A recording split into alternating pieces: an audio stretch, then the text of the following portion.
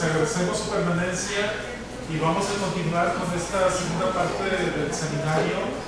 A continuación, el doctor José Díaz García Ortiz va a presentar su trabajo. Él es doctor en medicina y cirugía, cuenta con una maestría y doctorado en genética humana y un postdoctorado en genética MIA, no sé qué quiere decir. Ha sido acreditado como especialista en genética humana. Pertenece al Consejo Mexicano de Genética, Asociación Civil, a la Asociación Mexicana de Genética Humana, a la American Society for Human Genetics y a la Sociedad Mexicana de Medicina Genómica como socio. Pertenece al grupo de expertos en enfermedades lisosomales en México y el diagnóstico confirmatorio de estas enfermedades. En el área de infertilidad, sus áreas de investigación son infertilidad femeninas. También tiene reconocimiento como investigador nivel 2 en el Sistema Nacional de Investigadores del CONACYT. Ha participado en múltiples congresos y foros nacionales e internacionales. También ha publicado más de 30 artículos ingresados en el área de genética clínica y molecular, y también ha participado en múltiples presentaciones en congresos, cursos y simposios nacionales e internacionales. Tiene la palabra, doctor. Gracias. Gracias, buenas tardes. Me da gusto estar con ustedes. Y desde que platicamos de este curso, acepté el reto con Elizabeth, sobre todo por tratar de acercar lo que conocemos los médicos, los genetistas, en relación a dimorfismo sexual. Bueno, inicialmente la pregunta fue sobre determinación y diferenciación sexual. ¿Qué es lo que hace desde un punto de vista biológico que un organismo sea masculino, femenino, hombre, mujer, macho, hembra? Y le platicaba yo que toda esta parte la puedo trabajar sin problema, pero una vez que nace el individuo, sale de mi área de influencia. Y lo interesante era poder correlacionar todo lo que ustedes saben en cuestiones de género, identidad, preferencia, todo el rollo, y acercarnos más a la biología. La pregunta era cuántos sexos existen. Y mi respuesta fue muy sencilla: 2. ¿Sí? Desde mi punto de vista biológico solo hay 2. Desde un punto de vista social, en cuestiones de género, hay una gran diversidad. En el seminario anterior, yo les platicaba de lo que es, en términos biológicos, la determinación y diferenciación sexual para que un organismo, un embrión, un feto, de cualquier especie de mamíferos, se convierta en macho o hembra. Y todos los aspectos biológicos o genéticos, incluso bioquímicos, desde el punto de vista hormonal, que están involucrados en este proceso. Eso lo vimos en la sesión pasada. Y lo que quiero hablar ahora es también en términos de esta misma diferenciación sexual que existe desde un punto de vista biológico, obviamente en las gonadas. En este momento es un tema muy interesante de qué otras áreas del cuerpo fuera de las gonadas también tienen dimorfismo sexual. Y obviamente mi plática está basada absolutamente en términos biológicos. Y la idea es que conforme vayamos avanzando en el curso, podamos meternos ya a cuestiones de género, pero desde un punto de vista biológico, más que médico, biológico. Por eso le puse al final género y genética. Bueno, para empezar a hablar del tema, también va a ser muy sencillito porque quiero que quede claro, ¿qué es el dimorfismo sexual? En términos ontológicos, en la Enciclopedia Británica define al dimorfismo como la diferencia. De hecho, dimorfismo viene de dos formas. Diferencia en la apariencia física entre macho y hembra de la misma especie, causados por herencia de material genético y que puede darnos origen a un montón de cosas. Obviamente, el color, la piel, las plumas, el cabello, un montón de estructuras, en las formas. Hay machos que son más grandes que las hembras, hay hembras que son más grandes que los machos, etc. En diferentes estructuras, por ejemplo, en vacunos, el macho tiene cuernos. En otras especies de mamíferos también, cosa que las hembras no tienen. Y muy poquito nos puede decir la enciclopedia en relación a la conducta. Y yo quiero basar la plática más en conducta que en cuestiones biológicas. ¿Sí? Pero bueno, eso sería un dimorfismo. Cualquier diferencia que existe entre macho y hembra de la misma especie y que debe tener un fundamento genético o hereditario. Evidentemente, el dimorfismo más visible está precisamente en los órganos sexuales, en los órganos y en los tejidos que conforman estos órganos sexuales. ¿Por qué? Eso aplicaría para todas las especies que tienen reproducción de tipo sexual. ¿Sí? Y lo platicábamos también ayer. En términos biológicos, cuestiones de género tienen un fundamento evolutivo. ¿Sí? Y eso aplicaría para todas las especies que se reproducen en forma sexual. Las especies que se reproducen en forma asexual han manejado o han evolucionado de manera distinta, de tal forma que ni siquiera hay diferencias morfológicas o dimorfismo sexual en aquellas que no lo requieren. Entonces, desde un punto de vista evolutivo, debe haber diferencias entre los dos sexos para que también haya competencia y pueda haber también mayor transmisión de características que le van a dar mayor ventaja a un organismo en relación a otro basado en diferencias físicas. Ese sería el fundamento evolutivo.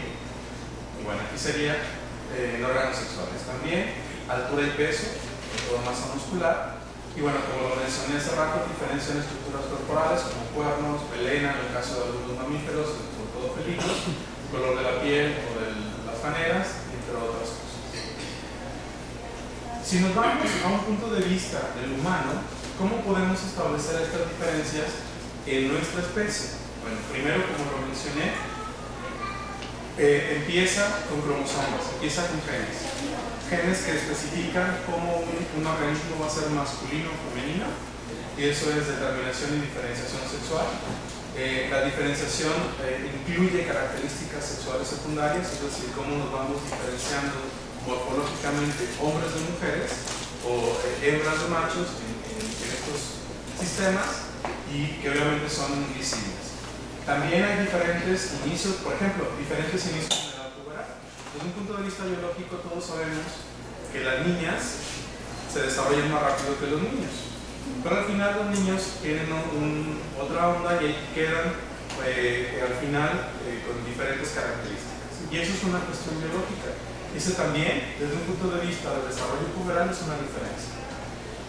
Distribución y acúmulo de grasa corporal, también, por más cambios que se hagan y por más cirugías y tratamientos hormonales, el organismo está diferenciado para la distribución de grasa, basado en el sexo que tenga este individuo.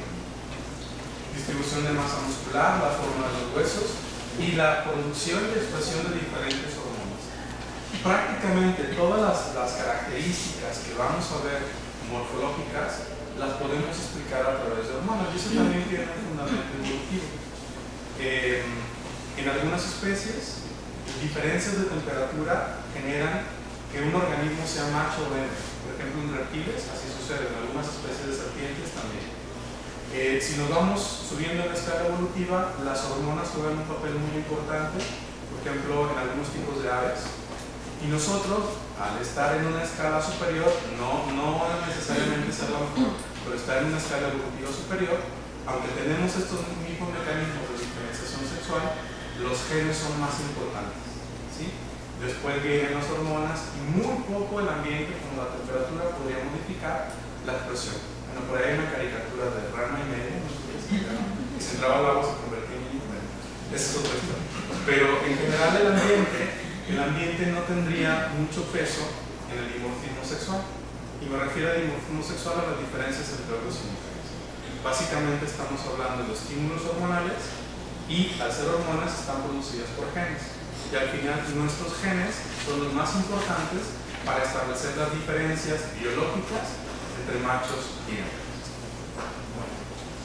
Desde el punto de vista de la arquitectura genética del dimorfismo sexual en humanos, hay un grupo de investigadores alrededor del mundo que han estado trabajando en esto. Esta referencia es de este año, de marzo de 2015. Ellos establecen lo que ya mencionamos, el dimorfismo morfológico, fisiológico en función de nuestras hormonas y de nuestras capacidades, por ejemplo, para tener hijos. E incluso la fertilidad también es dimórfica. Una mujer tiene un periodo de fertilidad establecido y hay una función biológica de fondo. Y ese periodo lo podríamos extender, si acaso 5, 10, 15 años, pero es finito. Y en el caso del varón, en la mayoría de los casos, la fertilidad se mantiene. Y eso también tiene un fundamento evolutivo. La explicación más sencilla, más fácil de entender es que cuando una mujer nace, ya tiene todos los ovocitos que va a tener durante su vida. Entonces, entre más se tarde en tener hijos, más viejos van a ser sus ovocitos. Y también hay una curva de decremento del número de ovocitos y al final llegamos a una edad en la cual ya no va a haber nada. Entonces, en eso está basada la fertilidad de mujeres. Al revés, en varones cuando nacen no tienen absolutamente ningún espermatozoide, pero al llegar a la pubertad empiezan a producir los dos en continuo. Y aunque son la misma célula que va a ser gameto puede ser ovocito o espermatozoide, dependiendo de estímulos genéticos, de efecto y expresión de genes. El ambiente en ese caso sí funciona, ¿sí? Y eso activa diferentes relojes biológicos. Cuando esta célula que va a ser un gameto se convierte en ovocito, tiene un reloj biológico marcado que la va a llevar a la muerte celular programada en cierto tiempo. Y ese cierto tiempo va de los 40 a los 45 años en que nace. ¿Lo podemos modificar? Sí. Podemos congelar ovarios, por ejemplo. Podemos estimular o disminuir la cantidad de ovocitos que se producen y de alguna forma podemos ampliar un poquito el periodo de fertilidad, pero está bien definido. Y esa es una diferencia importante que desde un punto de vista médico también tiene un peso relevante. Las cuestiones de fertilidad se abordan de diferente forma en mujeres que en hombres, por estas cuestiones biológicas. Bueno. Y obviamente fisiológico y conductual. Lo conductual lo voy a poner como introducción y lo iremos desarrollando en siguientes partes del seminario. Entonces, el dimorfismo sexual en humanos es el mayor componente de la varianza genotípica, o sea, las diferencias físicas entre machos y hembras en muchas especies que se reproducen sexualmente. ¿Por qué? Porque en aquellas que no lo hacen así, no importa, ¿sí? Aquí es una ventaja selectiva. Y esto está en función de la determinación y diferenciación sexual, como lo he insistido, y también en la expresión de muchos genes, tanto en tejidos gonadales, como los no gonadales. Y es aquí donde entra todo lo que se está trabajando. Y lo más interesante, esto pasa de ser simple anécdota a tener un fundamento en salud. Y generalmente al médico, cuando le dices que alguien que estás estudiando tiene una aplicación directa en salud, es cuando abren los ojos y ponen atención. Entonces, muy probablemente en los siguientes años vamos a tener mayor atención del área médica en relación a cuestiones del dimorfismo sexual asociado a enfermedades. No enfermedades sexuales propiamente, sino simplemente predisposiciones. ¿Por qué las mujeres tienen mayor predisposición en términos generales a trastornos depresivos? Depende mucho de cómo está expresado el cerebro en términos de dimorfismo. Y al revés, ¿por qué los hombres tienen mayor predisposición a trastornos neurodegenerativos? También es por la expresión de genes. Y eso es lo que me gustaría destacar. Bueno, ¿cuáles son algunas diferencias que existen? Ya lo sabíamos algunas desde hace mucho tiempo. Hay diferencias morfológicas y diferencias funcionales. Desde hace más de 30 años se sabe, por ejemplo, que el cerebro de los hombres es más grande que el de las mujeres. Pero en términos fisiológicos eso no tiene absolutamente nada que ver, por ejemplo, con la inteligencia. ¿Sí? Si nosotros pudiésemos medir con certeza qué tan inteligente es un cerebro de un hombre en comparación al cerebro de una mujer, no existe ninguna diferencia significativa. Entonces, ¿por qué el cerebro del hombre es más grande que el de la mujer? Nadie lo sabe. ¿Sí? Pero es una realidad y se puede probar. También hay diferencias específicas en algunas regiones, no le puse los nombres porque igual no vamos a manejar, pero sí son áreas que manejan lenguaje, memoria, también manejo de estas cosas, emociones, visión, audición y orientación espacial. Y aquí podríamos, todo el mundo empezaría a pensar un montón de cosas. Por ejemplo, lenguaje, memoria y emociones son áreas que están más desarrolladas en mujeres. Y eso también tiene una connotación biológica. se acuerdan muy bien de las fechas, se acuerdan muy bien de lo que les dijeron y se acuerdan muy bien de cuestiones emotivas, cosa que los hombres en general no hacen. Y son diferencias específicas. Y la diferencia anatómica en estas regiones está modulada por genes. Entonces, ahora hay grupos de investigación que están buscando cuáles son esos genes que hacen que estas áreas se desarrollen. ¿Sí? Y al revés, podría decirles, las áreas visuales, las áreas de orientación espacial están más desarrolladas en hombres. Y ahí regresamos al viejo chiste de por qué un hombre se puede estacionar más rápido que una mujer. Pero igual, como lo decíamos ayer, sí se puede estacionar muy bien, pero es lo único que puede hacer. Una mujer puede ir hablando por teléfono, puede ir corrigiendo a los niños, haciendo la tarea y pensando qué va a ser el día de mañana. ¿Sí? Entonces, aunque suene, no quiero sonar sexista, pero son diferencias biológicas que están determinadas. La connotación social no la voy a tocar, eso es parte del diálogo que podemos establecer, pero sí existe desde un punto de vista biológico diferencias específicas. Lo que no sabemos es por qué. Y ahí entrarían un montón de explicaciones. Si vemos desde el punto de vista evolutivo, a lo mejor las mujeres deberían desarrollar mayores capacidades para mantener a la familia protegida del medio exterior, que es agresivo, o al revés, el hombre debería tener mayor capacidad para poder ir, cazar y traer la comida a casa. Son un montón de teorías que no podemos comprobar en este momento. Y bueno, existe también otra teoría que tiene alrededor de 30 años sobre el efecto de hormonas en el cerebro.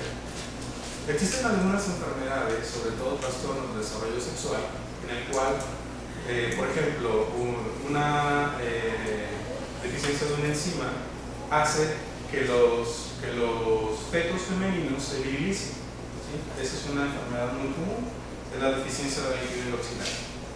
A lo largo del tiempo se ha demostrado, estudiando desde un punto de vista de identidad de género, preferencias sexuales y ideas sexuales, que las mujeres que tuvieron esta enfermedad tenían una mayor identidad de género masculino. Y eso hace muchos años no se le daba importancia. Ahora sí. De hecho, esto ha modificado la manera como abordamos estas enfermedades. ¿Sí? Entonces, desde ahí se propuso que existen estímulos hormonales que van improntando al cerebro. Y obviamente debe haber cambios que hacen que la manera de pensar, así como se oye tan esotérico, sea más masculina que femenina. ¿Sí?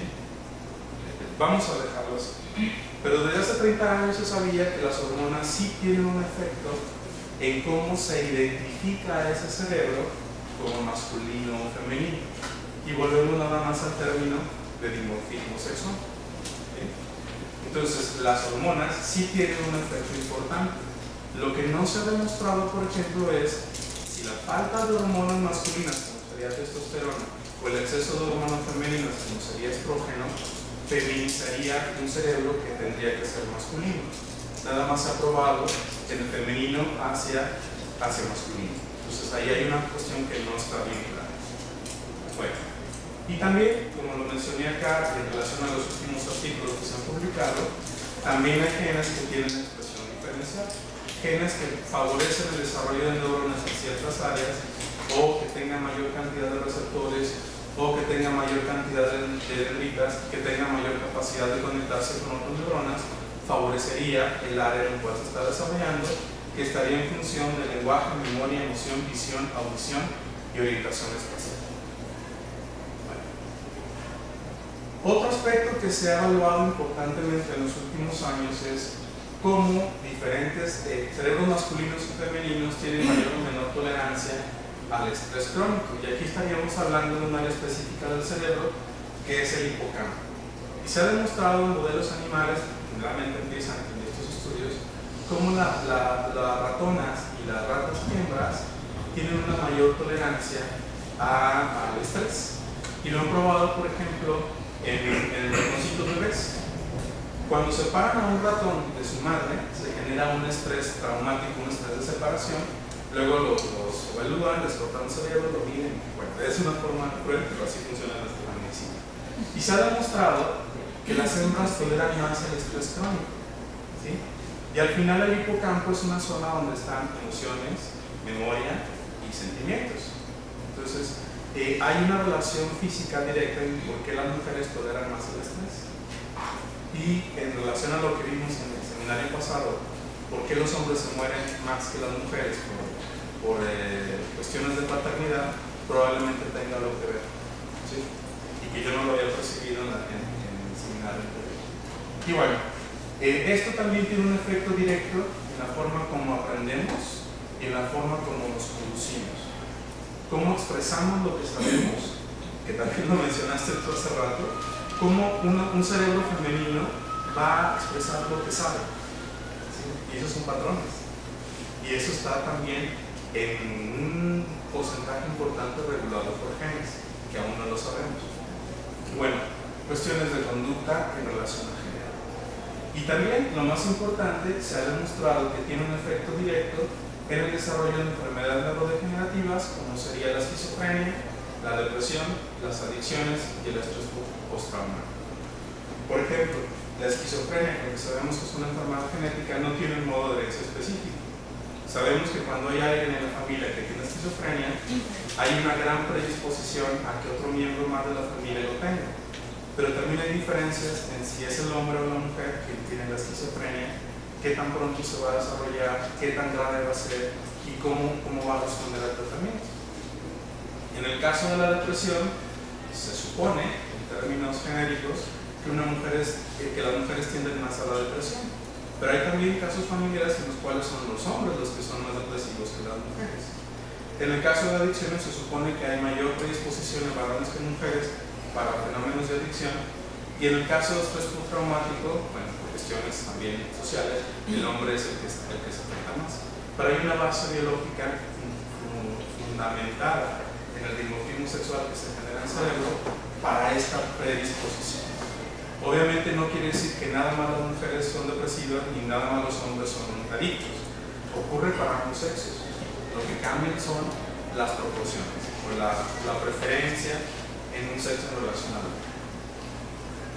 En relación al estrés y a la neurogénesis alterada, específicamente en esta zona del cerebro que es el hipocampo, lo mencioné también, hay una región específica del hipocampo que se llama giro dentado, que predispone específicamente al desarrollo de enfermedades neuropsiquiátricas y que este dimorfismo sexual generaría una mayor predisposición para un sexo que el otro.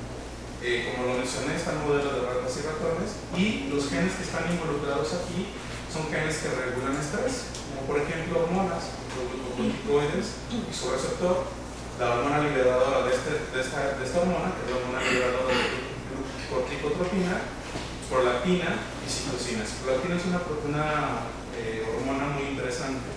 Se supone que la prolactina es la hormona que hace que una mujer pueda formar leche, crear leche. ¿Sí? Y así estamos desde hace mucho tiempo, pero se sabe que prolactina también está asociada al fenómeno del enamoramiento, y al igual que la oxitocina, y al apego a la madre. Entonces, encontrar que la prolactina también puede llevarnos a problemas neuropsiquiátricos es un cambio en el paradigma. ¿Sí? Y eso nos explica también cómo los genes no funcionan nada más para una cosa. Pueden tener una función primordial, pero también pueden tener otra función mucho tiempo después en el desarrollo del bebé. Y otro tipo de proteínas, como son las citocinas, que básicamente son moléculas que comunican células con otras. Entonces, hay un fundamento biológico o genético para entender o ponerlo como telón de fondo para el desarrollo de estas enfermedades, basadas en un poco desarrollo de esta zona del hipocampo. Aquí está un ejemplo. Esto es muy interesante porque este grupo está en Morelia, está en Michoacán, en el IMSS también. Lo acaban de publicar en esta revista, Fronteras en Neurociencias Moleculares, y son del estado vecino. Entonces me dio mucho gusto, aparte que corren el IMSS. Pero bueno, aquí está el ejemplo. Este es un cerebro de ratoncitos, y se supone que antes de que nazca un ratón, en esta zona que es el hipocampo, sobre todo el giro dentado, que es se desarrollan neuronas. Si nosotros mantenemos al ratoncito con su mamá, vean por ejemplo que en este giro, por eso se llama giro dentado, hay un mayor desarrollo de neuronas, y bueno, obviamente se supone que habría mayores conexiones entre ciertas capas. El cerebro se maneja por capas. Y a mayor celularidad, mayor capacidad de conexión. Y a mayor capacidad de conexión, mayor inteligencia. ¿Sí? Otra cosa muy interesante. Las mujeres tienen en promedio una corteza gris, que es donde se genera la inteligencia, mayor que el hombre. Y el hombre tiene mayor sustancia blanca que la mujer. La sustancia blanca ayuda a que se comuniquen las neuronas. Entonces, aunque hay diferencias, se compensan. Y en teoría, los cerebros de hombres y mujeres tienen la misma capacidad. Y desde un punto de vista biológico, entonces también vamos al contexto social de lo que nos han enseñado. Bueno, en resumen, aunque podemos distinguir fisiológicamente o morfológicamente un cerebro masculino de uno femenino, no podemos establecer la capacidad, y eso sí me gustaría que quede claro. Bueno, entonces aquí pueden ver que conforme se va creciendo el ratón, pues las neuronas se van desarrollando bien. ¿Qué pasa cuando los separan? Obviamente hay menor celularidad y menor distribución de neuronas entre estas, pero obviamente este es un modelo científico, pero trato de ejemplificar lo que pasa nada más al separar al ratón macho de su hembra. Es muy interesante. Bueno, eso es en relación a estructuras generales. ¿Qué pasa con las redes neuronales? En el caso de las redes, la maduración del cerebro en la infancia y la adolescencia, aparte de las diferencias que ya vimos establecidas por dimorfismo, también son importantes para procesos como son el aprendizaje, la cognición y la conducta. El problema es que no sabemos cómo se controlan estos mecanismos y si son factores ambientales como la educación o si son factores propios como cuestiones de genes.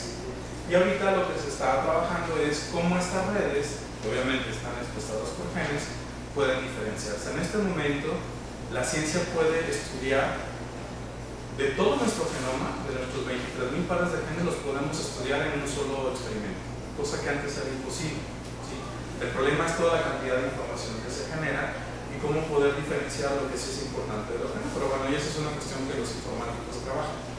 Pero con este tipo de herramientas poderosísimas en términos de genética, podemos establecer cuántos genes se expresan en un cerebro masculino y cuántos genes se expresan en un cerebro femenino. Y ya lo hicieron. Este es un trabajo que lo acabamos de publicar, nada más uno de muchos.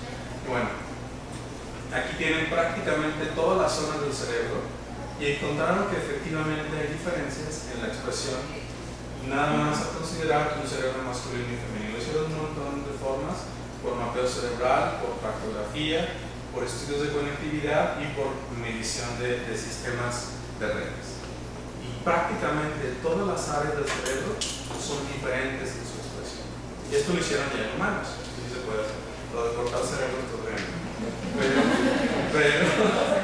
Pero bueno, lo que acaban de hacer, demostraron, no nos vamos a meter a zonas del cerebro, pero simplemente creamos una zona de colores. Cerebro izquierdo, cerebro derecho, masculino, femenino y los tiempos de expresión. Son completamente distintas las zonas que se activan y las interacciones que ocurren. ¿Sí? No me voy a meter en la metodología, pero ya se demostró categóricamente que prácticamente todas las áreas que estudiamos del cerebro son distintas. Bueno, también el sistema inmunológico juega un papel importante en esta diferencia en la expresión de genes. Por ejemplo, existe una comunicación muy importante entre nuestro sistema inmunológico y nuestro cerebro. Y en teoría eso también modularía nuestra conducta y la función de nuestro cerebro. Hay un grupo que lo acaba de publicar el mes pasado, donde la pérdida de receptores para este tipo de células, que son células inmunológicas, también modifica la forma del hipocampo, el hipotálamo, el amígdala, el reflejo dorsal y sustancia gris periaqueductal, que son zonas específicas del cerebro que también están relacionadas con emociones, con conducta, con cognición y con relaciones espaciales. ¿Sí? Entonces, de la manera como lo estudiemos, hay diferencias. ¿Sí? Y bueno, obviamente esto estaba validado en el modelo animal. El único ejemplo de humanos que les presenté es el anterior, es estudio por imagen. Ahí no le pasa nada al cerebro.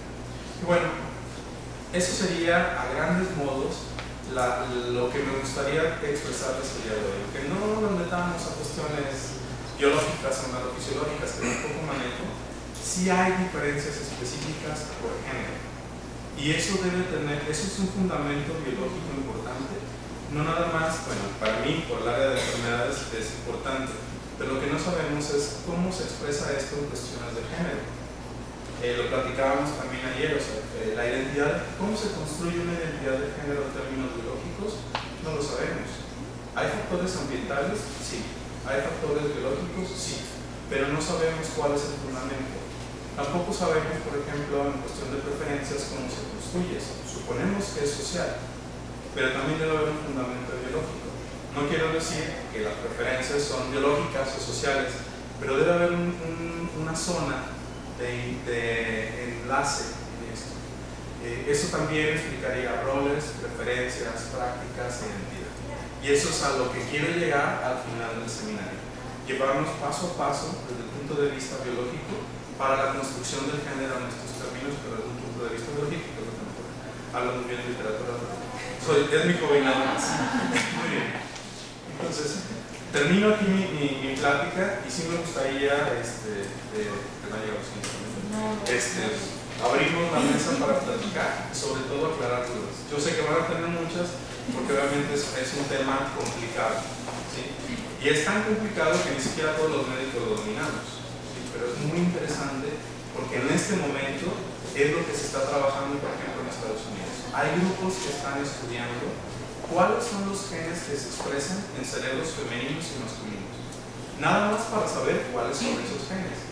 Después viene para qué sirven y en qué enfermedades podrían ayudar. Y estoy seguro que no va a ser nada más enfermedades, sino también rasgos. Y allí en rasgos estaríamos perfectamente tratando de construir cómo se genera el género. Y eso sería algo muy interesante que seguramente lo vamos a ver en los siguientes años. Muchas gracias. Bueno, pues entonces pasamos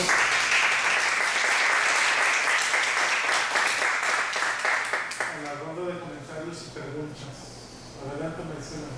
Entonces, desde esta visión biológica, ¿cómo explicaríamos estas diferencias culturales, por ejemplo, en una población como la de Mexicana? Y estaría pensando, o sea, en esta zona específicamente, en donde las mujeres se caracterizan por ser de tallas corporales más altas, más robustas que los varones, ¿no? Cuando tienen siglos en donde los hombres se van a pescar muy temprano, regresan con la pesca y se quedan tejiendo cestas del cuidado de los hijos, y las mujeres agarran los canastos y se van a caminar enormes distancias a ir a vender el producto de la pesca, ¿no? Lo que tienen los varones. Entonces, ¿cómo podríamos entender esta situación ahí, no? Porque de pronto rompe con ese esquema que estamos familiarizados, en donde los hombres generalmente tienen tallas corporales más grandes, más musculares que las mujeres. No lo sé, no sé qué tan antiguo sea Juchitán y cuál sea el componente étnico de esa población, pero por ahí podría estar una explicación. Cuando una población se aísla geográficamente y el tiempo de otras, quedas con un pool de genes muy reducido. Y eso ahí puede haber genes buenos y genes malos en relación al desarrollo de enfermedades. Y eso puede hacer que por la misma mezcla que existe entre esos pobladores, va a haber menos interacción con otras, va cambiando la estructura genética de la población. Siguen siendo los mismos genes y siguen siendo la misma especie, pero las variantes que hay ahí pueden cambiar. La pregunta en relación a qué tan antiguo es el pueblo, eso sería para decir, bueno, esta variante en 10.000 años generó que esta población sea más alta. No lo sé. Puede ser también que sea la alimentación, puede ser cualquier cosa. Yo me iría más por una cuestión ambiental más que genética. ¿Por qué? Porque necesitaría miles de años para que esto sucediera. Pero si ocurre, por ejemplo, los pigmeos en África, es precisamente por este aislamiento que ocurrió y la expresión de un gen, que es un receptor para una hormona de crecimiento, que fue expandiéndose en la población y al final todos se quedaron chaparritos. Sí, y un poco porque en este discurso, por ejemplo, del género como construcción sociocultural, ¿no? No recuerdo exactamente la fuente, pero este dato de cómo Cuba en 10 años después de la revolución, ¿no? Luego el incremento de tallas a partir de esto que pasa en las escuelas. Alimentación, deporte igual para hombres y mujeres. Eso sí tiene esa explicación. Nosotros, si hablamos en términos de talla, la altura que vamos a tener como individuos está definida genéticamente. No sé, unos 200 genes que puedan participar en el desarrollo de la talla. Tenemos una talla esperada. Pero existe un fenómeno que se llama norma de reacción, en el cual, si el ambiente es adverso, aunque yo tenga los mejores genes para medir un 80, me voy a quedar en 1,30, 1,50. Y al revés, si yo tengo genes para ser chaparro, mi talla esperada que puede ser 1,50, si mi ambiente es adecuado, puedo subir. ¿Sí? Estos genes no son categóricos. ¿Sí? En algunos casos sí pueden generar talla baja, pero en general es un conjunto y una expresión entre ambiente y genes. En el caso particular de los cubanos, después de la revolución, eso es una explicación directa de cómo modificando el ambiente podemos liberar, por así decir, la expresión de nuestros genes. ¿Qué quiere decir? Que la población cubana en teoría debería ser más alta. Lo mismo sucedió con nosotros. Se supone que los aztecas o los indígenas eran mucho más altos que los españoles. ¿Por qué somos una población chaparra? Pues obviamente porque la alimentación es mala en nuestra población. Podemos ver ejemplos palpables en algunas familias. A medida que una familia mejora su situación económica, mejora su condición, su calidad de vida más que la situación económica, los hijos generalmente les va mejor. ¿Sí? Y eso es por la norma de reacción. ¿Sí? Pero esa es una explicación directa. A la otra pregunta que me hace, yo no lo puedo explicar por norma de reacción, porque necesitaría más tiempo para entender. Perdón, no quisiera monopolizar, lo que pasa es que tengo varias. Otra cuestión sería, una es que qué pasa con los estados intersexuales, y la otra tendría que ver con también Holanda hace algunos años hizo una investigación y por ejemplo encontraba unas proporciones que me parecen muy interesantes. Planteaba que de cada 30.400 niñas que nacían, iba a haber de cada 30.400 niñas, iba a haber alguien que iba a decir yo no soy niña, soy niño, ¿no? Iba a ser un niño transgénero. Y de cada 11.900 varones que se nacían, o sea, uno iba a decir yo soy niño. ¿Sí? Sin que tuviera un trastorno de diferenciación claro, sexual. Estas son las estadísticas que Holanda nos da en estos estudios sobre transgeneridad y transexualidad.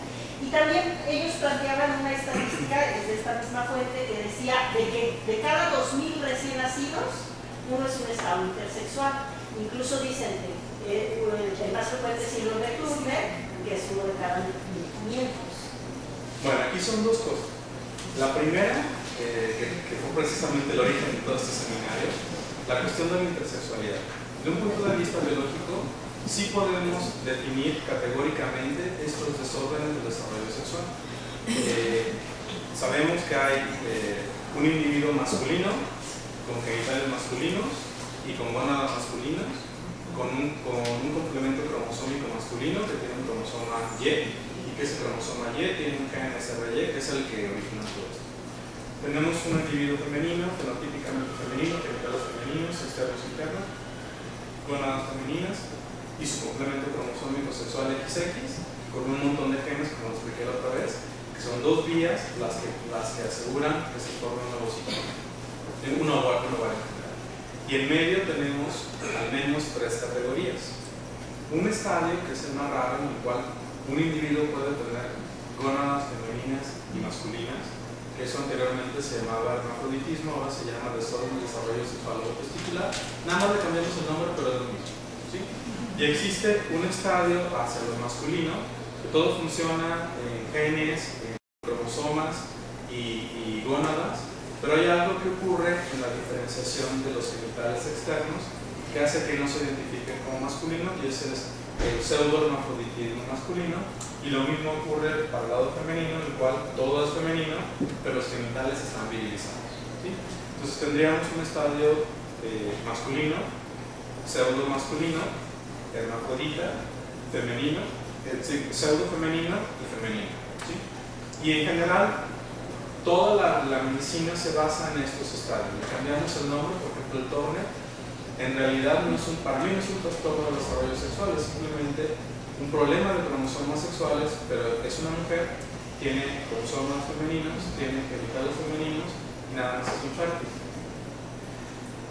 Se supone que una de cada 1000 personas, en promedio en cualquier población, van a tener un desorden de desarrollo sexual. Pero ya que estaba revisando estos artículos, que son de este año, me espanté porque uno de ellos decía 1 de cada 100. Entonces, lo que ya no tuve chance es de ver, ir a la fuente y ver por qué subió de 1 en 1000 a 1 en 100. Yo sí creería 1 en 1000, pero no 1 en 100. Pues 1 en 100 aquí alguno de nosotros tiene un desorden. Nada más para desarrollo sexual, no para y muy probablemente eso se deba a que incluyen detalles menores, como por ejemplo la criptorquidia, que es muy común, o el hipospadias. Y ahí sí, yo sí creería que sí es un insecto. Pero en general es un mundo. En relación a transgénero, más que transsexualidad, transgénero, no estoy yo muy familiarizado con las cifras, con las estadísticas, pero me parecería adecuado que fuera uno de 10.000 más o menos, ¿sí? Y eso lo vemos a la hora de evaluar pacientes con estos trastornos. Generalmente nos llegan pacientes con un desorden de desarrollo sexual, y yo me acuerdo de los 15 años que llevo viendo pacientes, me llegó un niño que decía que era niño, ¿sí? Entonces me da una proporción parecida, o sea, por cada 10 casos voy a tener casos de trastorno de desarrollo sexual, una cuestión de trastorno de identidad de género. Bueno, sería un transgénero en realidad. Y ahí entramos a lo que platicábamos ayer.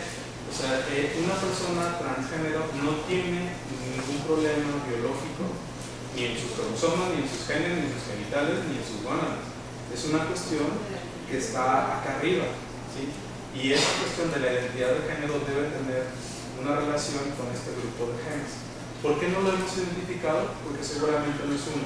Es una serie de genes que, dependiendo del balance que se genere, permitiría que un individuo se identifique como hombre o como mujer.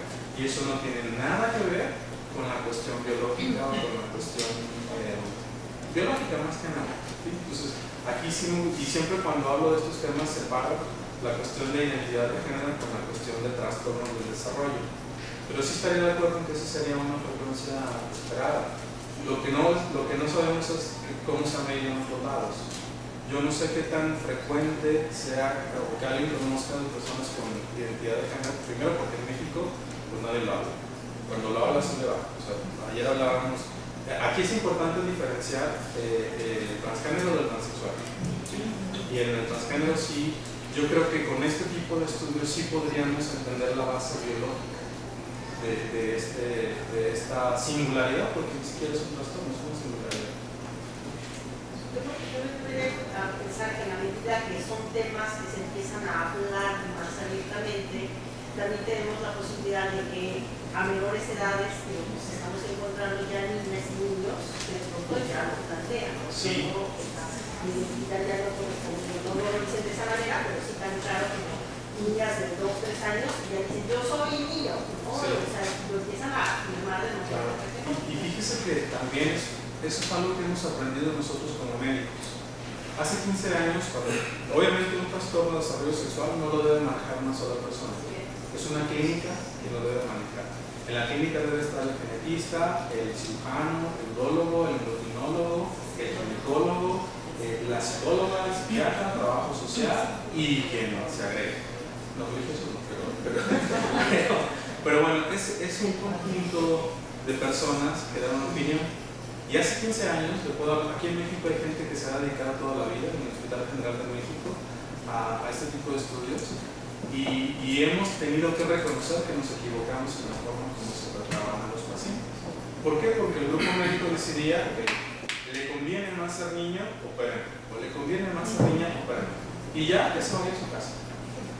En los últimos años, en los últimos 20 años en Estados Unidos y en los últimos 5 aquí, la recomendación es esperarnos a que el individuo identifique su género, o sea, tenga identidad de género y con base en eso se decida qué qué es lo mejor para él. ¿Sí? Y eso nos da a nosotros como país un periodo de 20 años en los cuales nos equivocamos. Pero ha sido por presión de la sociedad y por presión de los padres para decir, bueno, ¿cuál es la urgencia en decir es niño o es niña? Es una presión social nada más. ¿Sí? Pero imagínense ustedes, cuando, como siempre le digo a mis estudiantes, cuando hay un embarazo, todo el mundo quiere que sea un embarazo término, un embarazo sin complicaciones, que sea un bebé güerito de ojos azules y gordito. Y la realidad es otra. ¿Sí? Entonces, una de las expectativas que tenemos como sociedad, como padres, al momento de que nace nuestro hijo, es que nos digan es niño o niña, aunque muchas veces ya lo sabemos, ¿sí? Por el ultrasonido. Pero imagínense una persona que ha pensado que su bebé es niño o niña y al momento de nacer le digan no, es lo contrario, o no sabemos. ¿Sí? No cualquiera está preparado para aceptarlo, para entenderlo y para aceptarlo. Yo he tenido casos en los cuales les digo, bueno, ustedes no digan nada, digan que se está estudiando y la familia es la primera que comete el error. Entonces, no sabemos como sociedad manejar este estado intersexual. ¿Por qué? Porque estamos acostumbrados a un sistema binario que tiene un fundamento, sí, pero no es el único. Pero aquí es un factor social el que influye mucho y presiona, e incluso el médico lo presionaban para hacerle cariotipo en el momento en que nace el niño y ver qué cromosomas tiene para que nos diga si es niño o niña.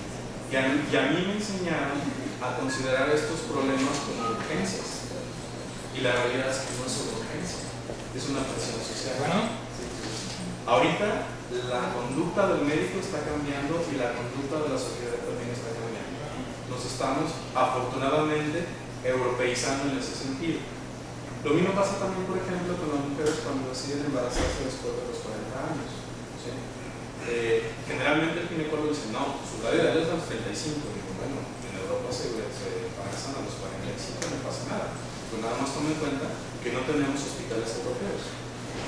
Pero somos la misma especie, entonces es una cuestión cultural y social. ¿Sí? Pero sí estaría de acuerdo en que la cuestión de un transgénero, por ejemplo, sí será interesante estudiarla desde el punto de vista de redes neuronales y de expresión de genes. Y yo creo que más adelante sí lo vamos a ver. Bueno, vamos a retomar el orden. Rosa María, Elizabeth, querías tomar la palabra y luego Cuarto y luego por allá la cuestión de la diferencia que hay, eso es indiscutible. La diferencia biológica que existe entre hombres y mujeres. En términos de género, el problema no es la diferencia, esa es reconocida, es la desigualdad que esa diferencia implica. Claro. Y eso es lo que sí, eso es lo que intentamos en términos de género dejar claro. bien. Por eso decía yo que aunque el cerebro del hombre es más grande, sí, no se puede demostrar que sea más inteligente. Exactamente. Y el problema, y ahí entra la cuestión de la desnaturalización del género. ¿Sí? Que el hecho de que seamos diferentes biológicamente no implica que seamos desiguales. Ahí es. Bueno, la otra cosa que me llamó sobre dices, cuando te refieres a las diferencias biológicas, las llamas desórdenes. En este caso sí. En este caso, ya cuando son mentales, son singularidades. Bueno, es un eufemismo. Sí, pero yo no puedo, desde un punto de vista médico, le hemos llamado de muchas formas. Y ahorita la nomenclatura oficial nos dice que debemos mencionarlos como desórdenes o trastornos. Yo prefiero llamarlo desorden del desarrollo sexual más que un estado intersexual porque es menos peyorativo. A mí me sigue sonando igual, pero lo tengo que nombrar de una forma y esa sería, digamos, la forma oficial que la medicina me dice que sí. Sí, porque a mí lo que me sugiere es que, bueno, si son desórdenes y son biológicos, o sea, cuando se aparta del orden, pero el orden al final de cuentas, pues está construido. El orden quien estableció que es solamente dos opciones, pues es social. O sea, y ese orden se construyó en términos binarios. y biológico también, o sea, todo Sí. sistema con reproducción sexual tiene esta categoría. Se crea, se interpreta, se ve a partir de un orden que es binario. Sí. Pero al final de cuentas, quien estableció esto. Porque los que lo establecieron no vieron que había una gama entre uno y otro. Exactamente. Ahí es donde entra estos llamados intersexos y eso, que a lo mejor hay que desconstruir también ese sistema binario. Esa es la razón por la cual estoy aquí. Hasta ahorita, desde un punto de vista médico, todo lo que no es masculino o femenino, nada más en función de la gónada, que lo hice yo, a mí me enseñaron esto, se debe considerar como un desorden. ¿Sí? ¿Por qué? Porque efectivamente sí sabemos cuál es el origen etiológico de esa diferencia. ¿Sí? Sé cuál es el gen que no está funcionando, sé cuál es la enzima que no funcionó, sé cuál es la estructura embrionaria que no se formó bien y que me llevó a esta situación. ¿Sí? Pero eso no quiere decir necesariamente que sea una condición anormal. Simplemente es una diferencia en este sistema. A lo mejor por mi propia deformación médica yo lo considero una anormalidad, pero cuando digo anormalidad es lo que se sale de la norma, no necesariamente lo que está mal. Y esto, todo lo que tú presentas, ayudaría mucho justamente a desconstruir, porque justamente es el discurso médico, es el que ha venido a reforzar, bueno, además del discurso religioso y del discurso legal, el discurso médico ha venido a reforzar constantemente estas cuestiones. Así es. Yo desde el punto de vista legal, ahí es otro rollo que también vamos a tocar. Pero que se apoya mucho en lo científico, en el caso de lo médico, se apoya en lo religioso. Sí, pero no, o sea, digamos, yo te puedo explicar el fundamento biológico. Sí, claro. Pero sería muy difícil para mí explicarte el contexto social. y bueno, la idea aquí es entender cuáles son las diferencias y ya después darle una connotación social. Yo les acabo de confesar que a mí me enseñaron a considerar esto una urgencia y a tener lo más pronto posible el resultado del crédito y decirle, señora, es un niño, hay que operar. Yo en este momento no lo hago, pero tengo un montón de colegas que lo siguen haciendo. Entonces es parte del mismo proceso de reeducación del médico. ¿Sabes qué? Tenemos un estado intersexual. Esperemos a que cumpla 3 años para que el individuo decida. Pero como sociedad también hay mucha presión. ¿Sí? Y no es nada más del médico, de todos. Y solo otro comentario. Acabo de ver en la televisión una entrevista con un psiquiatra y justamente hablaba de la mayor predisposición a la depresión por parte de las mujeres. Pero en este caso, bueno, tú lo explicas desde la cuestión de la expresión de genes.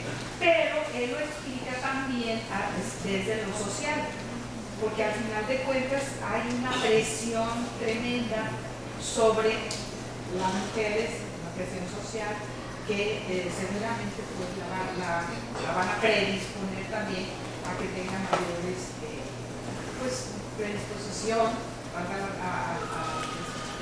¿cómo ves? Pero igual es para hombres. O sea, por ejemplo, presiones sociales en la mujer, cásate, ten hijos, sé buena madre, etc. Pero para el hombre también hay presión, tienes que ser exitoso, tienes que tener un buen trabajo, tienes que ser proveedor.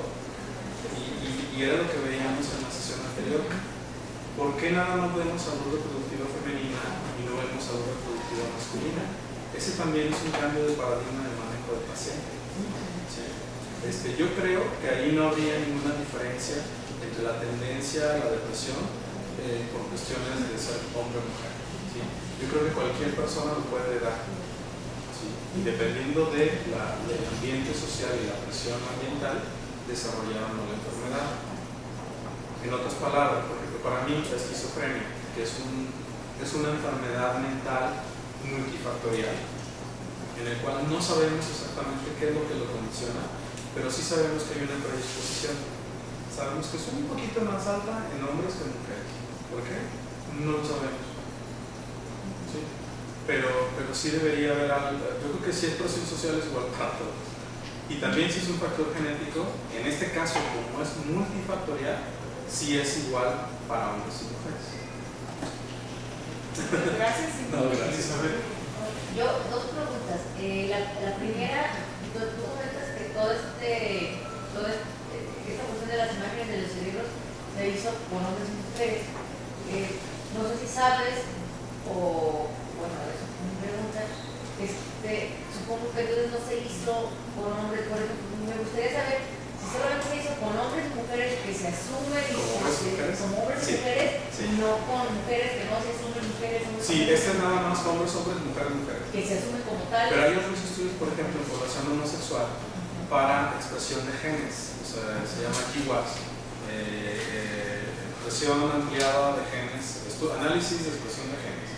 Y lo hicieron en 1994, salió la primera publicación en relación a un gen que le llamaron gen de la homosexualidad que estaba en el cromosoma X. Lo hicieron en California y desde entonces no se había replicado que efectivamente así fuera.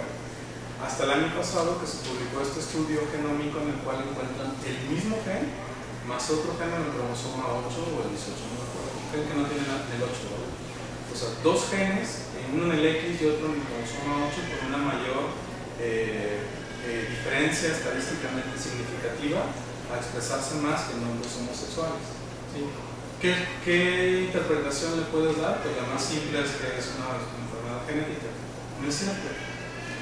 Simplemente son dos genes que están expresados en mayor frecuencia, pero eso no quiere decir que tengan un fundamento netamente genético. Para hacerlo más fácil, por ejemplo, todos conocemos el asma y es una enfermedad neutral. Cualquier persona puede tener asma y si yo hago cualquier estudio genético puedo encontrar familias que tienen mayor predisposición y si estudio n cantidad de genes voy a encontrar un gen que va a asociarse con ese rasgo. ¿Sí? Y puede ser también una cuestión estocástica, no necesariamente una relación causa-efecto. Lo mismo aplica acá, pero acá también va una connotación social y un montón de cosas que, por ejemplo, no tendría una enfermedad como el asma. No estoy diciendo que la homosexualidad es una enfermedad, estoy hablando de dos rasgos multifactoriales, ¿sí? Porque así tendríamos que definirlos. En el caso del asma, bueno, es una enfermedad que hay n cantidad de genes que nos van a predisponer, pero también puedo encontrar familias en las cuales no tengo absolutamente ninguna predisposición genética y el ambiente hace que esa persona sea asmática.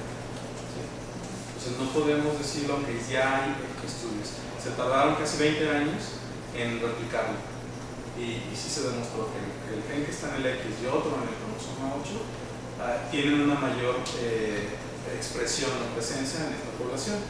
Pero por ejemplo no se ha estudiado en mujeres homosexuales o no se ha estudiado en otras categorías. O por ejemplo, en personas transgénero, ¿cuáles serían esos genes que se expresarían? Entonces, hacia allá va todo esto. Pero aunque se encuentren, no te van a explicar todo. ¿Sí? ¿Por qué? Porque es una mezcla de muchas cosas.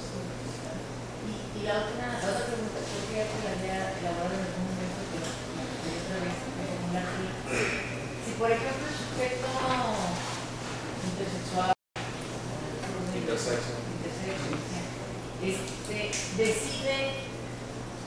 decide no operar. Es decir, yo ni me asumo hombre ni me asumo mujer, me asumo como mi intersexo. Se puede hacer. Se puede hacer. Sí.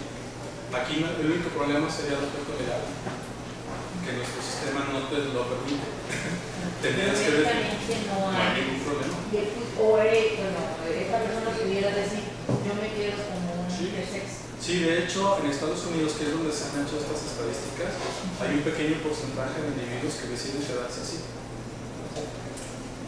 Si lo vemos como un proceso malformativo, desde un punto de vista biológico, tú puedes encontrar personas que tienen un dedo extra, o le falta un dedo, o tienen una oreja malformada. Te pueden decir, bueno, te puedo operar, puede quedar más bonito, vas igual que la otra, te quito el dedo, te pongo una prótesis. Pero ahora la persona puede decir, no, yo me quedo así porque así me gusta. ¿Sí? Lo mismo ocurre. O sea, ahorita la medicina no es tan categórica ni tan tradicionalista en el término de que lo que dice el médico eso es el paciente también tiene derecho a decidir. Y en genética eso para mí es muy fácil porque así nos enseñaron en genética también, a pesar de este ejemplo que les dije que es un error. A mí me enseñaron que si tú tienes una enfermedad genética yo tengo que escucharte y ver qué decisión tomas. ¿Sí? Yo te puedo dar opciones, esto es lo que sería mejor, esto es lo que podrías hacer, pero la decisión es tuya. Y eso está en una explicación muy sencilla. La genética tiene una ética principalista y en la ética principalista la autonomía es el principal principio. ¿Cuál es el problema que tenemos aquí? Tenemos una ética personalista donde la persona es ante todo. Cualquier cosa que salve la vida de la persona es más importante de lo que tú quieras. Entonces eso genera un conflicto al médico a la hora de tomar una decisión o proponer una respuesta. Más la ética materialista de algunas instituciones, que no voy a decir cuál, donde también eso también te presiona. O sea que cuando dices que solo hay dos sexos, lo dices porque ese es como lo manda el figurín.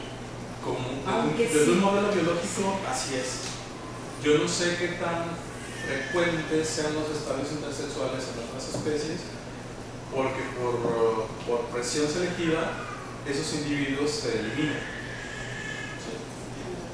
Porque el individuo que no se reproduce se va a eliminar de esa especie. Esa es una presión selectiva. Y los intersexos no sé. La mayoría no. Serán infértiles desde ese punto de vista. Nosotros como especie hemos perpetuado un montón de cosas. ¿Sí? Por ejemplo, la miopía. O sea, si nosotros fuéramos animales, si fuéramos miopes, no sobrevivimos a la siguiente generación. Esa es una cuestión evolutiva netamente.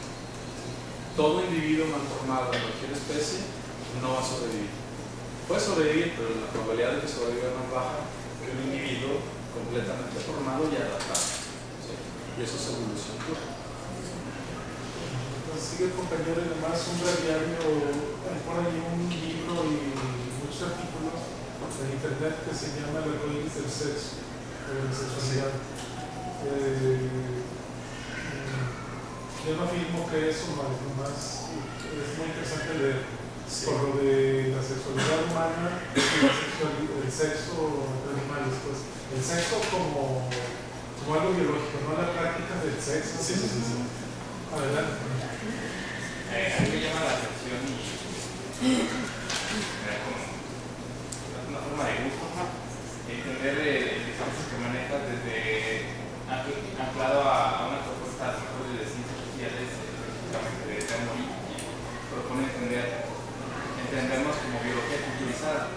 Sí. Y me preguntaban durante de su presentación si estos cambios en el discurso médico que tú estás asumiendo como profesionista tienen que ver también a propósito de las normas literarias, al final toda esa literatura para su público dirigido, ¿no? Si el cambio de las normas literarias facilita una manera de conocimiento diferente y por tanto de subjetivación diferente con respecto a ese conocimiento. Y esos datos que estás encontrando sobre el mapeo de cerebros en hombres y mujeres tienen que ver con que tú estás entendiendo la realidad de otra manera, ¿no? Es decir, desde un discurso que se sale un poco de esa dicotomía, sí, ajá, exactamente. Y entonces estábamos, me parece, ojalá estamos acostumbrados a ver la vida desde una base biológica, que nos estábamos perdiendo de la interacción biología-cultura, ¿no? Y entonces me lleva a pensar que la vida ya no nada más es la base de la vida, no es la biología, sino la cultura también ya está, al menos en este momento, está influyendo en lo biológico, es decir, se rompería ese paradigma de base biológica y cultura, ¿no? Sino ahorita ya sería como una manera más horizontal de biología y cultura.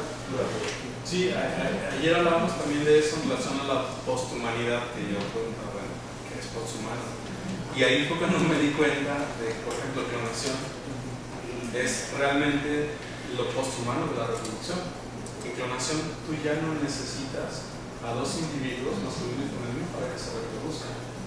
Tú necesitas nada más cualquier célula de tu cuerpo para generar un individuo completamente distinto a ti, con tu mismo genoma, pero distinto a ti. Entonces, eso es un cambio cuántico en relación a nuestra forma de reproducirnos. Y el problema es que no es técnica. Biológicamente no es posible, al menos para nuestra especie, reproducir. ¿Por qué? Porque la tasa de error es muy alta. Pero en otras especies ya se ha logrado. Entonces, ese es un cambio de paradigma biológico y social. ¿Sí? Y eso permitiría a una cantidad impresionante de personas infértiles, personas del mismo sexo o personas de otro sexo o sin sexo, reproducirse. ¿Sí? Entonces, la pregunta es qué va a pasar en una generación adelante. ¿Sí? Y eso también es una cuestión cultural. Ahorita es una presión social. O sea, hay una prohibición para la nación humana, pero al hombre nunca le importó que le prohíban las cosas. Entonces, ¿por qué no hay individuos clonados identificados en el mundo? Porque desde un punto de vista biológico es imposible. ¿Sí? Pero está un tipo loco, Severino Antinori, es italiano, que fue presidente de la Sociedad Italiana de Medicina Reproductiva y luego lo corrió. Él está obsesionado con ser el primer humano con algún humano. Y lo está haciendo por una cuestión de reconocimiento. Lleva 18 años intentándolo y no lo ha publicado ni lo ha logrado. Yo no dudo que lo pueda hacer, pero desde el punto de vista biológico es imposible. En el momento que demos ese salto, va a cambiar todo. Va a cambiar todo, en absoluto. ¿Sí? Y eso también es un cambio social. Pero bueno, gracias por tu comentario. Yo estoy preparando para mañana ponencia sobre neurociencias, vínculo afectivo y lactancia. Cuando estabas hablando sobre el tema de la prolactina, y ahora voy para allá. Primero porque dentro de esta discusión de la neurociencia también hay como la neuroeducación, que me gustó mucho ver la parte multidisciplinar, que creo que además aboca mucho a este seminario, ¿no? La parte de estructura del cerebro, de los genes, de las hormonas, la parte de la pedagogía, que al final está construyendo a la sociedad, el individuo, y la parte psicológica. Entonces, esas tres áreas creo que es lo que estamos abordando aquí. Y entonces me vienen muchas dudas con respecto a la parte, si lo vemos desde un punto de vista puramente biológico, pues yo entiendo que una mujer, poniendo el ejemplo, una mujer en un embarazo, pues tiene una serie de hormonas que están saliendo ahí continuamente, que ya van creando un cierto vínculo con el bebé, que obviamente si hay un embarazo estresante, estas hormonas se deprimen y pues vienen estas depresiones, que luego hay el rechazo al producto o al bebé. Y luego cuando tiene al niño igual, tiene que conocer todo el ciclo de su parto, que se genera el vínculo, que le llaman el vínculo afectivo, ya se queda prendada del niño, ya se le olvida todo y además ayuda para generar la prolactina y la leche. Eso mucha gente le llama el síntoma de verdad. Mucha gente le llama el amor de madre, el amor de no sé qué. Y entonces te da por hecho que la mujer biológicamente ama a sus hijos.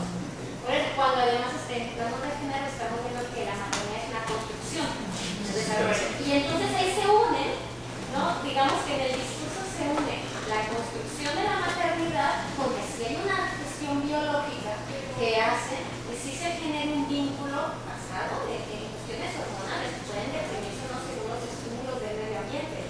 Entonces, yo me pongo a pensar, ahora cuando hablamos de las relaciones de personas con el mismo sexo y que también tienen familia, por ejemplo el tema de los hombres cuando adoptan o tienen hijos, ellos no tienen estos picos de oxitocina tan grandes como las mujeres, ¿no? Y que biológicamente, por eso también dicen que el hombre a veces les cuesta más crear ese vínculo con el niño y que lo va construyendo al paso del tiempo y no tienen estos vínculos tan físicos como los tienen las mujeres, ¿no? Este cordón umbilical invisible que dicen que tienen las mujeres con sus hijos. Sí, conmigo no puedes tocar. Sí. Que me llama mucho la atención cómo hay al final estas dos áreas de pensamiento que sí se entremezclan y que una sirve para la construcción de la otra y también para crear esos estereotipos y que es difícil además de desconstruirlas, ¿no? Ahí hay un ejemplo biológico palpable, las madres subrogadas. Toda esta cuestión que estás manejando es precisamente uno de los problemas éticos en relación a la renta de grupos. ¿Sí? O sea, ¿qué pasa con aquella mujer que por la razón que sea social, económica o coercitiva para aceptar un embarazo que no es el de ella, porque alguien no puede, o sea, por más altruista que sea esa acción, hay una respuesta biológica en el cuerpo de esta persona. Y eso es algo que hay grupos que están trabajando. ¿Qué pasa en aquellas mujeres que por la razón que sea prestan su cuerpo para incubar otro producto? Y hay un montón de cosas que suceden. O sea, ha habido demandas, ha habido familias que se desintegran, ha habido quien secuestra a los bebés, un montón de cosas. Y esos son, digamos, saltos de una cuestión biológica. Lo normal sería que tú tienes tus propios hijos, pero no tendrías por qué tener los hijos de otro. Pero ahorita estamos tan avanzados en ciencia que lo podemos hacer. E incluso puedes tener el hijo de una persona que ni siquiera fue por reproducción sexual. Entonces, ¿ese hijo de quién es? Entonces, hay un montón de cosas ahí que... El análisis de la maternidad y la paternidad ahí es muy diferente. Claro, y ahí también hay una cuestión de impronta emocional e impronta de genes. O sea, ¿qué pasa cuando un bebé, o sea, se supone que el bebé huele a la mamá, ¿sí? y que un bebé puede identificar a su madre aunque no la vea, que no la pueda, pues ahí hay una cuestión neurofisiológica que no está estudiada. O sea, ¿qué va a pasar en aquel bebé que su mamá no es su mamá, sino es la vecina? O sea, aquí va a seguir.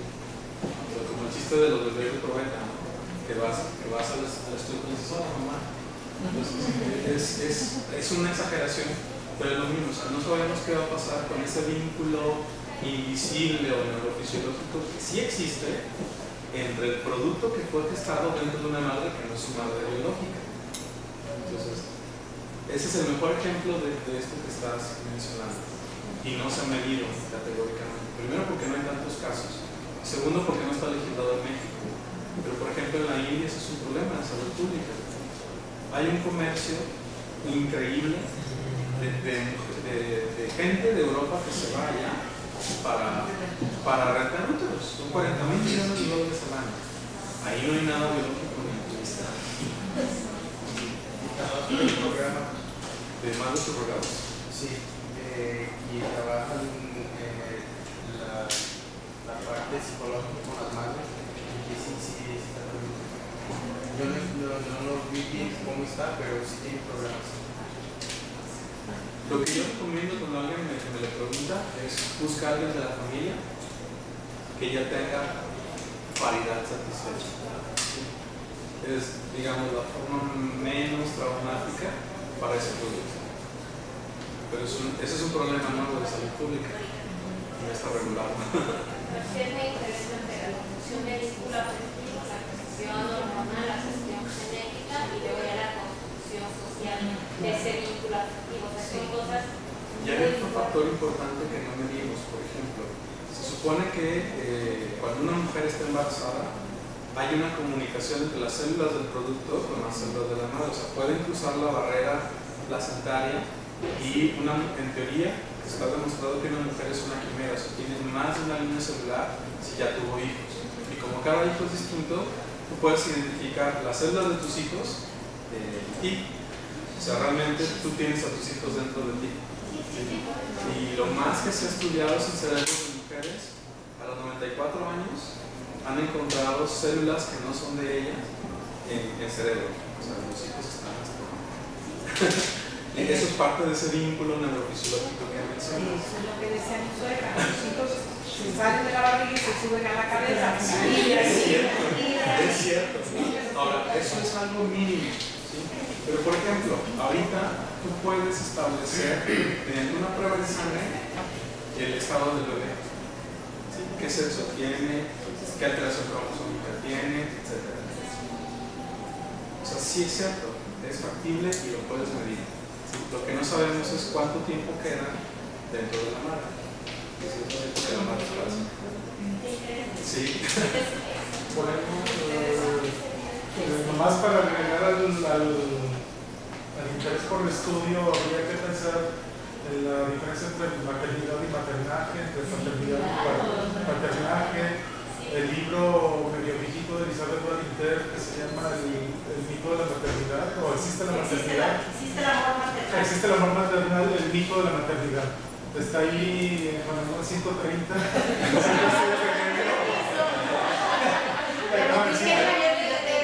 Bueno, allá está lo social y algo de lo biológico. Creo que acá tiene lo biológico y algo de lo social, entonces hacemos esa complementariedad, ¿no? Aquí hay unas preguntas.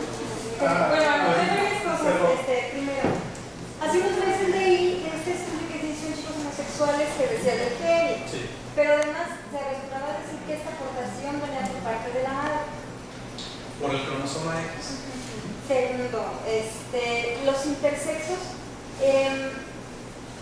cuando ya se hace una cirugía que corresponde con su cariotipo, son de todas maneras, es decir, si se hace este mapeo al inicio y dice es masculino, se hace la cirugía, ¿es estéril de todas maneras o sí puede ser? Infértil.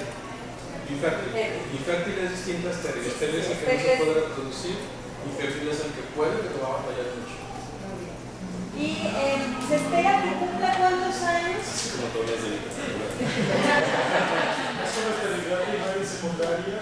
es distinta. Una esterilidad primaria es aquel que no puede embarazarse por una cuestión física. Y secundario es aquel que pudo haberse embarazado y que por alguna razón perdió esa capacidad. Perdón. Sí, se espera que cumpla cuántos años el individuo para ver si se identifica con una o con otra género. Generalmente a los 3 años un individuo ya tiene una identidad de género establecida. Okay. Y eso es lo que dicen los psicólogos y los neurofisiólogos. El equipo multidisciplinario que acompaña a la familia tiene apoyo legal y en este periodo, ¿qué sucede con su acta de nacimiento? Es el problema. Yo te puedo platicar de un caso en el cual tuvimos un niño intersexo. Yo sabía que era masculino, pero la mamá quería niño. Y dije, bueno, espérame, vamos a hacer el cariotipo. Lo pedimos porque obviamente tengo la obligación de hacerlo. La mamá también estaba preguntando. Entonces, ella va a ir a registrar al niño, cuando el papá va a ir a registrar al niño como niña, le pusieron Guadalupe, y bueno, pues va a ser pipito, ¿no? Cuando sale el resultado del cariotipo, le digo, ¿sabes qué? Desde un punto de vista biológico, es niño. Entonces, yo sugeriría que hagas el cambio, pero al final es decisión de la familia. Se tardaron 3 años para completar el juicio y hacer el cambio de sexo en el acta, ¿sí? Obviamente la familia venía a consultar, vaya vestido al niño como niños, ellos tenían claro cuál era el sexo del bebé y el niño no tuvo ninguna contradicción a la hora de establecer su identidad de género. El problema era su acta. Entonces, no sé si legalmente uno se puede esperar 3 años para poner qué sexo es en tu acta de nacimiento. Entonces, esa también es una presión para nosotros como médicos. Hay algunos estudios que te dicen, por ejemplo, si es una insensibilidad a andrógenos, la identidad de género es femenina. Si es una hiperplasia suprarrenal, que es el ejemplo que les decía de la utilización de niñas, en el 60% de los casos la identidad de género es masculina, aunque biológicamente sean niñas. Entonces ahí tú tienes que platicar con la familia y establecer qué es lo que van a hacer. Hay una película argentina, que no me acuerdo cómo se llama. No, espérame. Es un niño que vive en Rosario, en el campo. XXY. Ah, bueno, no me acuerdo cómo se llama. Pero ese niño, en realidad era una niña y tenía una hiperplasia suprarrenal congénita. Entonces, crece en el campo, lo crían como niño, aparte era güero, todo eso, era una familia así medio rara. Llega a la pubertad y empieza a menstruar. Entonces, la historia es. El patrón de ellos vive en Buenos Aires y tiene una niña que es amiga de él. Entonces la niña también empieza a menstruar y luego se da cuenta que su amigo también está menstruando. Entonces es una historia muy interesante, pero es precisamente eso. Ese es un trastorno del desarrollo sexual y es una deficiencia de antibiología. Pero la manera como abordó el cineasta el tema me pareció muy padre y es la parte social del problema biológico. Y al final fue una cuestión de ignorancia de la familia, porque la mamá sabía lo que tenía el niño, el papá también, pero no lo quiso aceptar, entonces dijo, no, lo voy a crear como niño, hasta que llega la pubertad. Y lo más interesante es que la película se termina antes de que haya una conclusión. Entonces te quedas así como, ¿qué hicieron? Sí, entonces, ahí en ese caso, la literatura te dice, bueno, lo más probable es que la identidad de género, no el comportamiento, la identidad de género de estas mujeres sea masculina. Entonces ahí tienes que negociar con la familia qué es lo que van a hacer. En el caso de la insensibilidad completa andrógenos, que son hombres pero que forman testosterona pero que no existe el receptor, son fenotípicamente mujeres. Hay un montón de ejemplos en los concursos de belleza donde son mujeres que ganan los concursos y a la hora de hacer el cariotipo resulta que son hombres. O en el caso de una atleta sudafricana, que ahí lo que más me molestó fue la manera como se manejó el caso, que lo hicieron mediático y le destruyeron su vida, literalmente. Entonces, ese tipo de cosas te habla de un mal manejo del equipo médico y del equipo que maneja al paciente. Pues el caso de Nancy es una atleta brasileña que igual competía como mujer y le hicieron estos análisis y llegaban de los locales. Por ahí dicen también de una atleta mexicana, no es cierto, pues ahí nada más haces un cariotipo y ya, o sea, pero la connotación social que lleva es muy fuerte. ¿Sí? Y se supone que eso, en términos equitativos de competencia, le daría mayor ventaja a una mujer. Pues ahí lo hicieron para fregar al atleta, no para curarle su problema de salud. ¿Sí? Entonces, es un mal manejo de una situación que no debería. Como decía Betty en la sesión pasada, fenotipos vemos, cromosomas no sabemos. ¿Qué importa? Porque al final es una cuestión personal.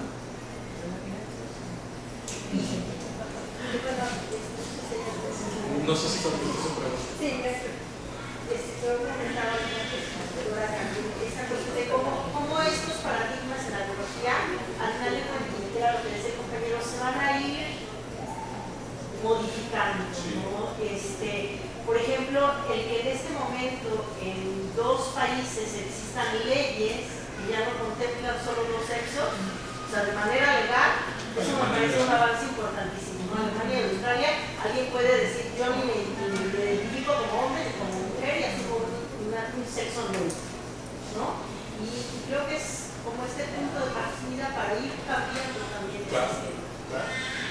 Sí, no nada más, bueno, biológicamente sí es un sistema binario, pero de un extremo al otro hay un montón de cosas. Hay un montón de cosas.